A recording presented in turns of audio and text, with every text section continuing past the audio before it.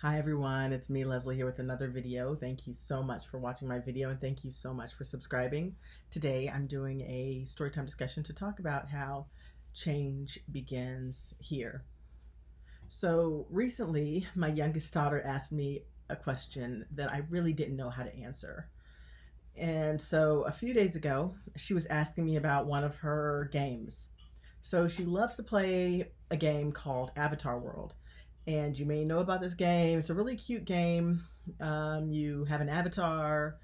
You can change the avatar into a more adult looking avatar, which still looks like a kid, but it's a bigger kid. And then it can be a toddler or a baby, and you change his hair, you change his clothes, etc. And then you can do different things after you create your avatar. But of course, the best part about the game is being able to make a different avatar.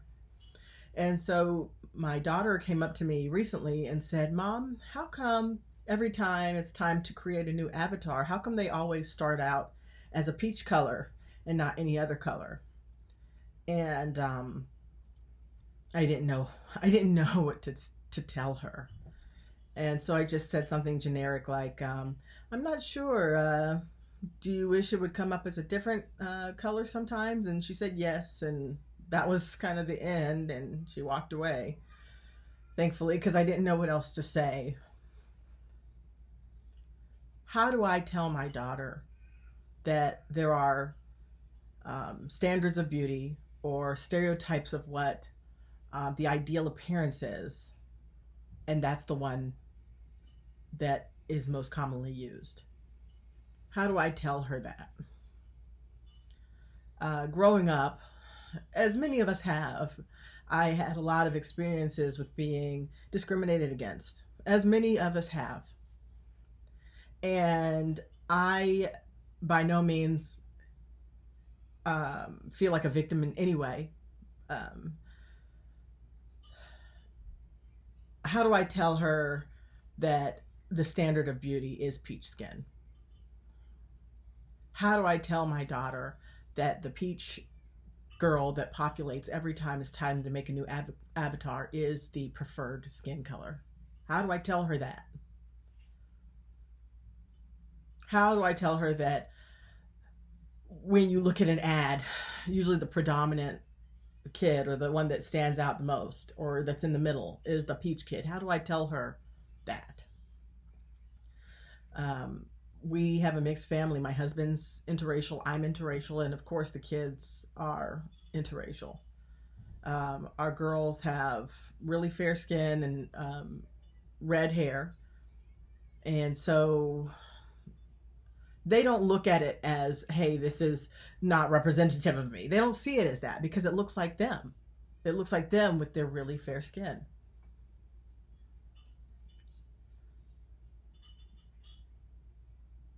How do I tell my kids that maybe one day they'll be discriminated against because of the way they look? How do I tell my kids I've been discriminated against because of the way I look? I used to live in Indonesia, as some of you may know from watching some of my other videos. I still remember it was a very, very difficult situation, as lighter skin was preferred and darker skin was really looked down upon.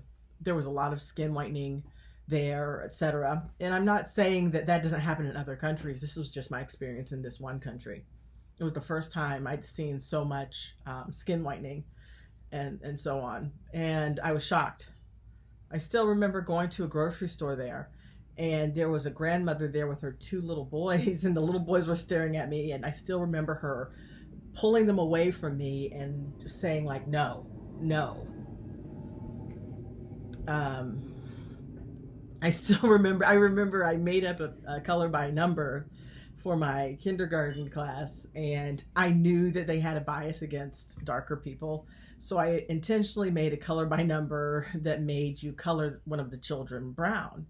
And one of my students absolutely refused to color one of the kids brown.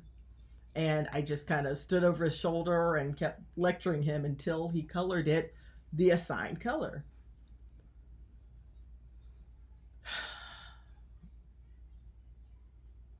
And of course, there's only a couple of examples.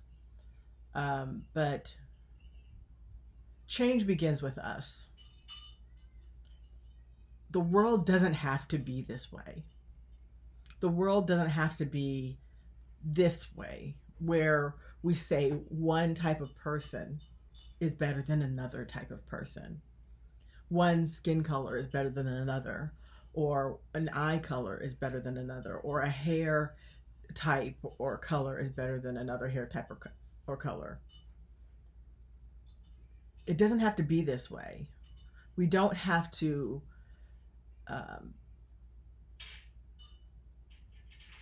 make each other defend ourselves against the other. Like, we don't have to be pitted against each other for every single thing. We can actually just be individuals and be celebrated as such. Change begins here.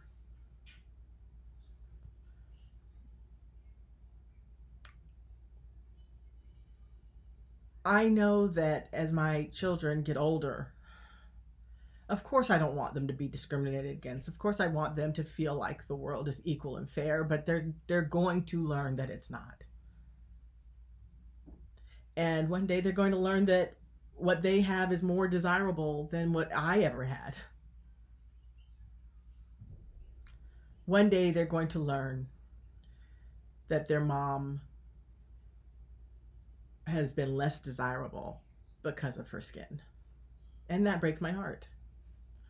But what I do hope is for the world to wake up and open its heart to a better way, more conscious way of being, where we begin to see ourselves in another person. We begin to see ourselves in another person's circumstance, in another person's being. Because the truth is, we could have been similar to another. We could have been that other person. We could have been in their shoes, but we're not. We are ourselves, right? I don't know if that makes sense. We could have easily been born somewhere else, or looked a different way, or had a different religion. We could have grown up in different circumstances. We could have had parents, no parents, a life of tragedy where we lost a parent. Instead of being someone that's brown, I could have been someone that was peach. Or instead of being someone with brown eyes, I could have been someone with lighter eyes. Instead of having two parents, I could have had no parents. Instead of being an American, I could have been an Indian, for example. An Indian from India.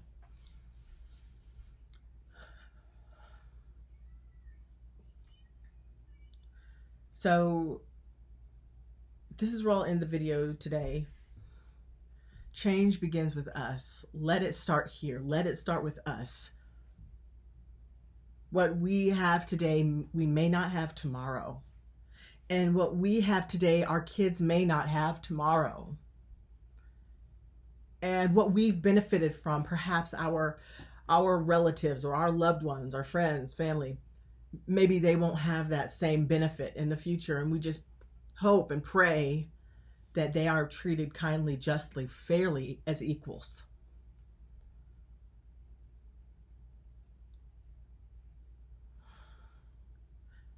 But currently that's not the world we live in. But it can start here. It can begin with us. We can start that change. We can begin that dialogue.